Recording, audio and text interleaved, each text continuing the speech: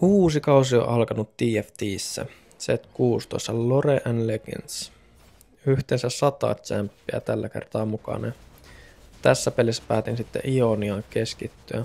Sain alussa muutama ahri ja päätin sitten lähteä rakentamaan hänet mun pääasialliseksi damagen tiilaajaksi.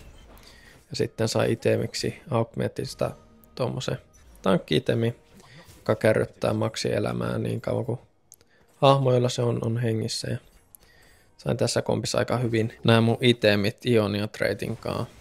Ja aika hyvin sain Winsteria kattua heti alussa. Loresta sen verran, että Runeterrassa Ionia on saarivaltio, joka on täynnä kaikkia maagisia olentoja, henkiä, ihmisten ja eläinten risteämiä. Ja Ahri on yksi tämmönen puoliksi ketto ja puoliksi ihminen.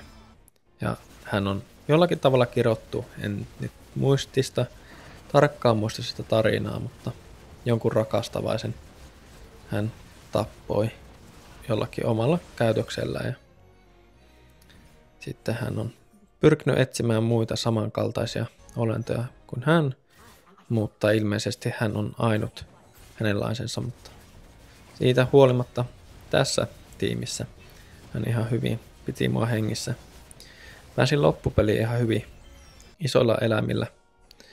Sitten joku onnistui saamaan tuon Ionia emblemin tuolta ja sillä oli sitten 10 Ioniaa hallussa ja se oli sitten niin vahva komppi, että ei mulla ollut mitään mahiksi enää voittaa häntä.